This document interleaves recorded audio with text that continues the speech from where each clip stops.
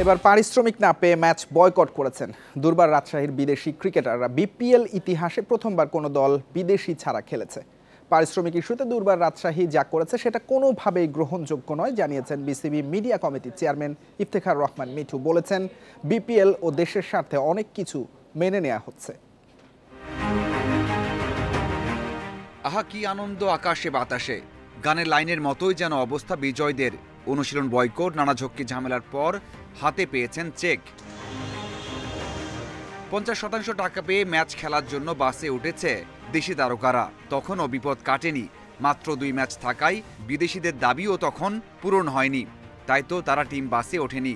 সকাল সকাল হোটেল পরিবর্তনের লজ্জাও সঙ্গী হয়েছে তারকাদের। বিসিবি সভাপতি ফোন করে কথা বলে আশ্বাসও দিয়েছেন, বিসিবি গাড়িও পাঠিয়েছিল। বিদেশিরা তারপরেও মাঠে আসেনি, কোনো চেষ্টাতেও কাজ হয়নি। শেষ পর্যন্ত নিয়ম ভেঙে আবেদন করে কোনো বিদেশি ছাড়াই মাঠে নামে রাজশাহী, যা কিনা বিপিএল ইতিহাসে প্রথমবার।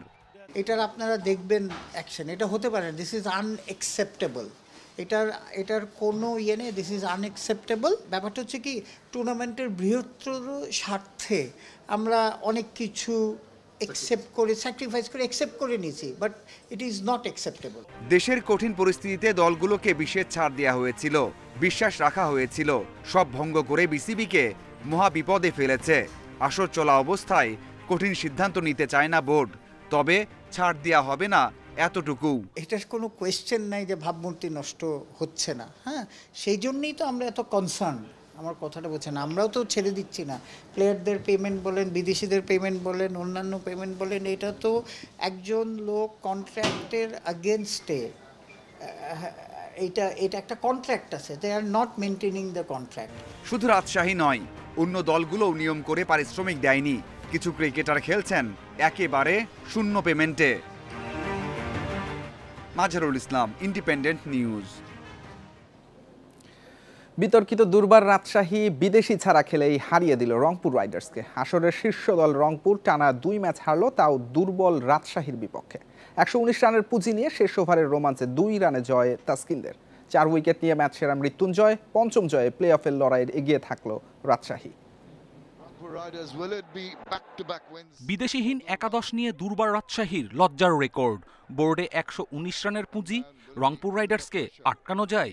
রোমাঞ্চে ভরা শেষ ওভার, দরকার ছিল 25 রান। জিসানের প্রথম 2 বলে 2 ছক্কা হাঁকিয়ে আশার সঞ্চার করেন সাইফুদ্দিন।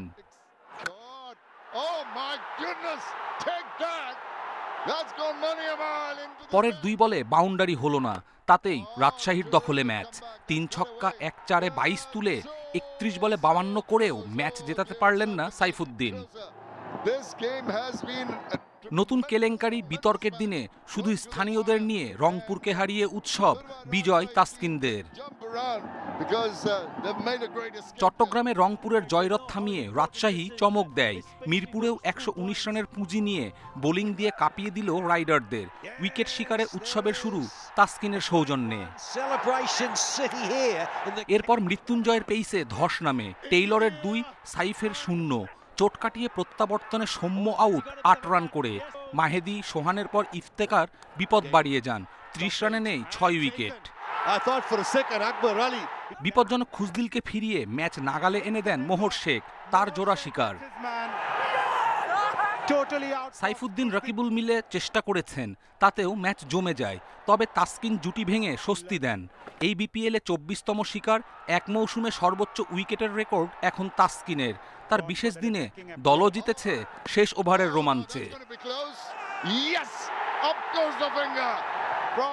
অথচ রাজশাহীর ব্যাটিং ছিল ছন্ন ছাড়া।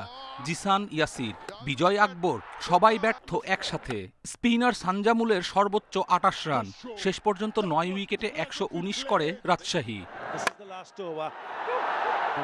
সেই পুঁজি নিয়েই তারকা সমৃদ্ধ রংপুরকে দ্বিতীয়বার হারিয়ে প্লে অফের লড়াইয়ে টিকে থাকলো রাজশাহী। কপিল পাল, ইন্ডিপেন্ডেন্ট নিউজ। এদিকে দিনের প্রথম ম্যাচে সিলেটি স্ট্রাইকার্সকে 8 উইকেটে হারিয়েছে ফরচুন বরিশাল। এই জয়ে দ্বিতীয় দল হিসেবে প্লে অফ নিশ্চিত করল বরিশাল। রিপন মণ্ডল, ফাহিম আশরাফ, জেমস ফুলারের নিয়ন্ত্রিত বোলিং ভুগিয়েছে সিলেটকে। মানজি, রনি, জাকির ফেরেন এক অঙ্কে মাত্র 7 রানে 5 উইকেট নিয়ে ফাহিম আশরাফ ধসিয়ে দেন সিলেটকে। 116 রানে অল আউট হয় তারা। জবাবে ওপেনিংয়ে নেমে তাওহিদ হৃদয় ব্যর্থ হলেও অধিনায়ক তামিমের 50-তে জয়ের পথ সহজ হয়। সহজ টার্গেট 4 ওভার হাতে রেখেই টপকে যায় বরিশাল। তামিম 52 আর মুশফিক অপরাজিত থাকেন 42 রানে। 9 ম্যাচে 14 পয়েন্ট নিয়ে টেবিলের 2-এ বরিশাল, বিপরীত 10 ম্যাচে 8 হারে তলানিতে সিলেট।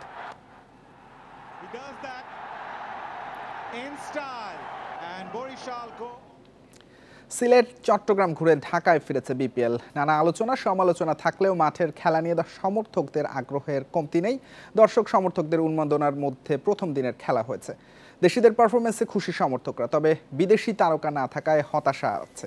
অনলাইন টিকেটিং নিয়ে শুরুর দিকের মতো অভিযোগ নেই আর। দেশের সব প্রান্ত থেকে সহজেই টিকিট করতে পারছেন বলে খুশি তারা। নিরাপত্তাও ছিল চোখে পড়ার মতো। নাহিদ রানা, সোহান, তানজিদের পারফরমেন্সের প্রশংসা করেছেন ভক্তরা।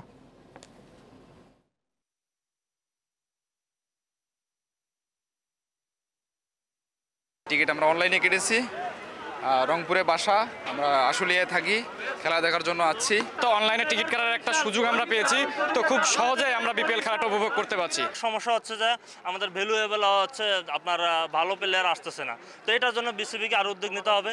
আর সব মিলে বিপিএল আসলে ভালো যাচ্ছে এবার। নাহিদ রানা চমৎকার খেলতেছে, ওর খেলা আমার খুবই ভালো লাগে, ও দুর্দান্ত বোলিং করে।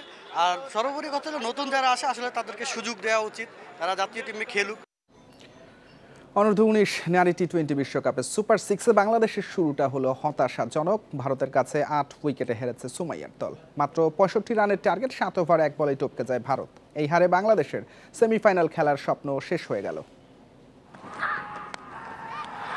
ছেলে হোক কিংবা মেয়ে, ব্যাটিং নিয়ে চিরকালীন দুশ্চিন্তা বাংলাদেশের।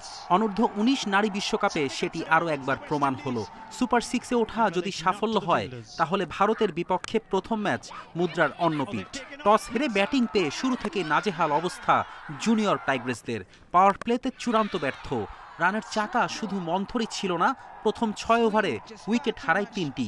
সেই ধাক্কা আর সামলাতে পারেনি বাংলাদেশ। 20 ওভারে মাত্র 65 রানের টার্গেট দেয় ভারতকে। অধিনায়ক সুমাইয়ার অপরাজিত 21 রানের ইনিংস না হলে আরও লজ্জায় পড়তে হতো দলকে। এই পুঁজিতে লড়াই হওয়ার কোনো কারণ নেই। বাংলাদেশের বোলিং বিভাগ তুলনামূলক ভালো হলেও স্বল্প টার্গেটে আক্রমণাত্মক খেলে ভারত। হেসে খেলে প্রায় 13 ওভার বাকি থাকতে জয় তুলে নেয়। ম্যাচ শেষে ব্যাটিং ব্যর্থতা নিয়ে টাইগ্রেস অধিনায়কের আক্ষেপ। Our opening batsman is not carry on power play. পাওয়ার প্লেতে টপ অর্ডার ব্যাটাররা বারবার ব্যর্থ হচ্ছে। প্রথম 6 ওভারে বাউন্ডারি বের করা জরুরি, সেটা তো হয়নি। সঙ্গে উইকেটও হারিয়েছি। একাধিক রান আউট আক্ষেপ আরও বাড়িয়েছে। More use the boundary. স্কটল্যান্ডকে হারিয়ে পাওয়া 2 পয়েন্ট সুপার 6-এ বাংলাদেশের একমাত্র পুঁজি। মঙ্গলবার ওয়েস্ট ইন্ডিজের বিপক্ষে পরের ম্যাচ, সেটি জিতলেও সেমিফাইনালে যেতে পারবে না বাংলাদেশ। ভারতের কাছে হেরে সেমিতে ওঠার লড়াই থেকে ছিটকে গেছে টাইগ্রেসরা। ফেরদৌস ইসলাম, ইন্ডিপেন্ডেন্ট নিউজ। মধ্যবর্তী দল বদলে নতুন করে শক্তি সঞ্চয়ের চেষ্টায় বিপিএল এর ক্লাবগুলো। মোহামেডানকে চ্যালেঞ্জ জানাতে তৈরি হচ্ছে বসুন্ধরা সহ বেশ কটি ক্লাব। মোহামেডানও নিজেদের অবস্থান ধরে রাখতে মরিয়া। দলের ম্যানেজার জানিয়েছেন, চ্যালেঞ্জ মোকাবেলায় একজন স্প্যানিশ স্ট্রাইকার আনছে তারা।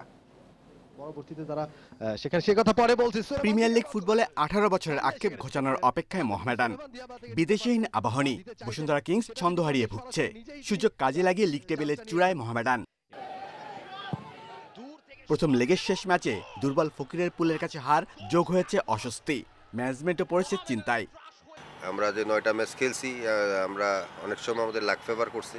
আমরা হামরি কোনো ভালো ফুটবল আমার কাছে মনে হয় না ফুটবল খেলছি, বাট আমরা ভালো পজিশনে আছি।